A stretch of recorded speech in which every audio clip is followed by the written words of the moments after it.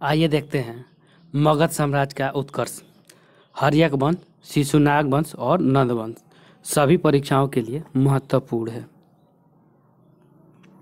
हर्यक वंश 545 बीसी से 442 बीसी तक। इस वंश की स्थापना लगभग 545 ईस्वी पूर्व में बिंबिसार के द्वारा किया गया था। नेक्स्ट, हर्यक वंश भारत का पहला ऐतिहासिक वंश था और बिंबिसार भारत का पहला ऐतिहासिक शासक था।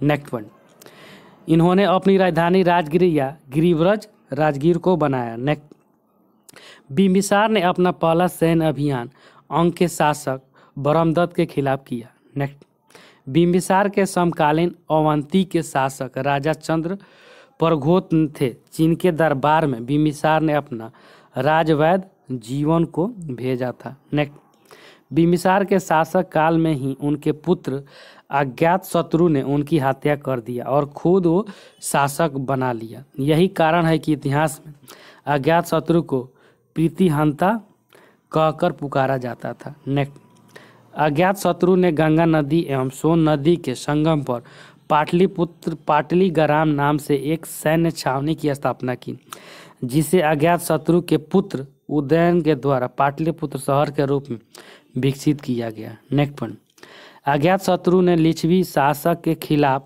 अपना सैन्य अभियान किया, जिसमें 2 नए प्रकार का अस्त्र रथ मूलसल एवं महाशिला कंटक का प्रयोग किया और अंततः लिच्छवी की राजधानी वैशाली पर अधिकार कर लिया। नेक्स्ट पॉइंट, लिच्छवी अभियान से पहले अज्ञातशत्रु ने अपने एक मंत्री वशस्कार को गुप्तचर बनाकर लिच्छवी भेजा था। नेक्स्ट, अज्ञातशत्रु अपनी राजधानी राजगीर का किलेबंदी करवाया। नेक्स्ट, अज्ञातशत्रु के शासन काल में ही राजगीर में प्रथम बौद्ध सम्मेलन का आयोजन किया गया था।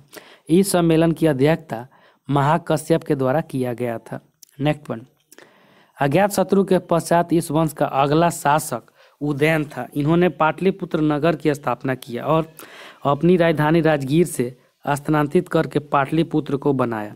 नेक्स्ट वन, इस वंश के अंतिम शासक नागदशक थे, जिसे शिशुनाग या नामक व्यक्ति की हत्या करके हर्यक वंश के स्थान पर एक नया वंश शिशुनाग वंश की स्थापना किया। नेक्स्ट, शिशुनाग वंश 412 बीसी से लेकर 344 बीसी तक।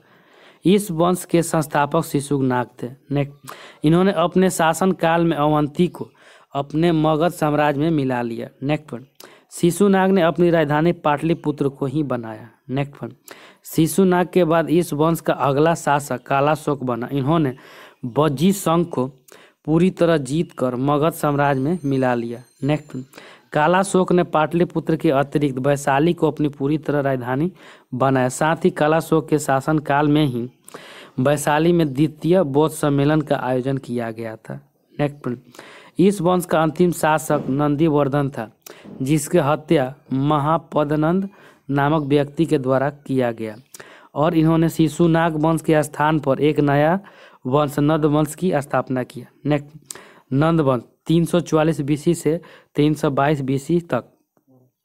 इस वंश के संस्थापक महापदनंद था, जो निम्न जाति से संबंधित है। नेक्स्ट, महापदनंद शासक बनते ही कलिंग अभियान किया और इस अवसर पर महापदनंद ने एकराट सर्वक्षतांत्रांक की उपाधि धारण की। नेक्स्ट, कलिंग अभियान के दौरान 2 जैन तीर्थकर की मूर्तियों को कलिंग से लाकर पाटलिपुत्र में स्थापित करवाया। नेक्स्ट वन, महापदानंद के बाद इस वंश का अगला एवं अंतिम शासक घानानंद था, जिसे यूनानी इतिहासकारों के द्वारा एग्रेम्स की उपाधि दिया गया था। नेक्स्ट वन, घानानंद के शासन काल में ही यूनानी आक्रमणकारी सिकंदर ने 326 बीसी पूर्व में पंजाब के क्षेत्र में आक्रमण किया था, किंतु वहीं से पीछे लौट गया। नेक्स्ट वन, घानानंद के दरबार में चाणक्य सलाहकार के पद पर नियुक्त थे। इसी चाणक्य को कौटिल्य एवं विष्णुगुप्त के नाम से भी जाना जाता है। नेक्स्ट वन, चाणक्य की सहायता से ही चंद्रगुप्त मौर्य नामक ने घानानंद की हत्या करके एक नया वंश मौर्य वंश की स्थापना की थी। Thank you friends.